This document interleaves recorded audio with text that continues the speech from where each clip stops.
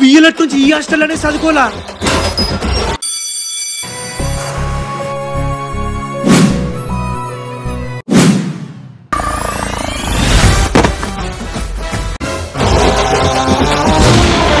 చదువుకో మన హాస్టల్లో పడేస్తే దొంగ లెక్క గోడలు దుంకుతావారా? నేను హాస్టల్ పోను.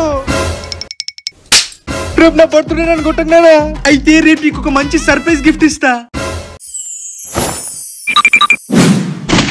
అబ్బా కేక్ మర్చిపోయినా. కేక్ 2 నిమిషాల్లో ఇస్తానా?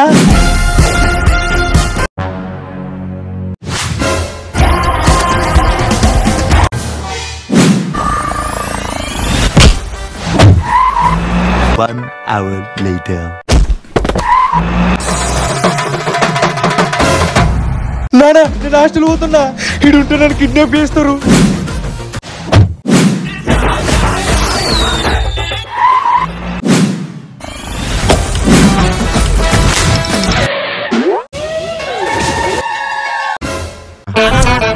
నీ పేరు మీద అర్చన చేపించొస్తున్నా నానా.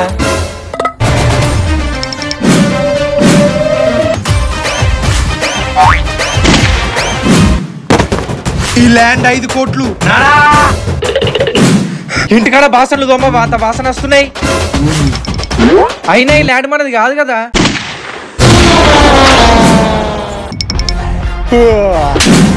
నీ వల్ల కళల 5 కోట్లు లాస్ అయినరా.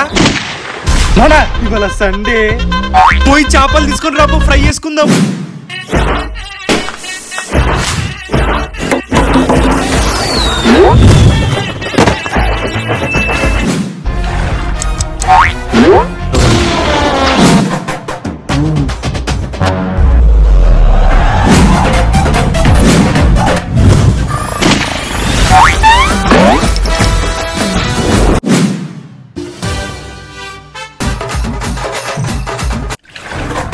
నానా ఇడ్చబెట్టి మా గణపతి నిమజ్జనం ఉంది. ఎటు పోయేది లేదు. పోయినసారి ఏం చేసినావురా?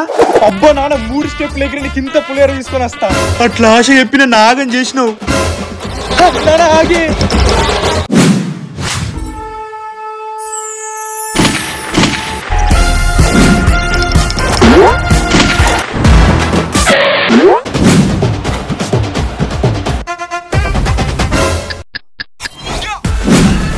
నేను పోతా. అయితే ఒక మంచి మట్టి గణపతి వేసిపో.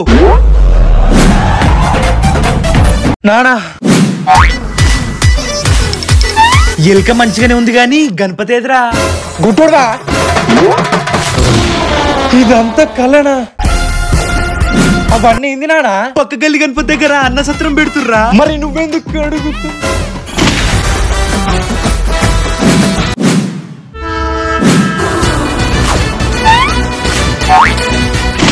ఈసారి దసరాకి నీకు నచ్చిన బట్టలు కొనుక్కో.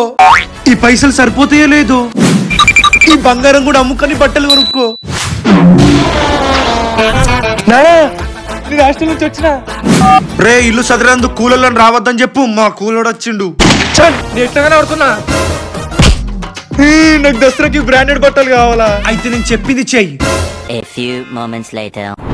నాకమ్మ నాకు ఇచ్చేయే. నెయ్యి నెయ్యి. కాంచీపురం బనారస్ చుక్కల చీరలు పిట్టల చీరలు. ఒక్క చీర 300. మన దగ్గర వేరే లేవమ్మా. 3 తీసుకుంటాం. 500కే అయ్యో.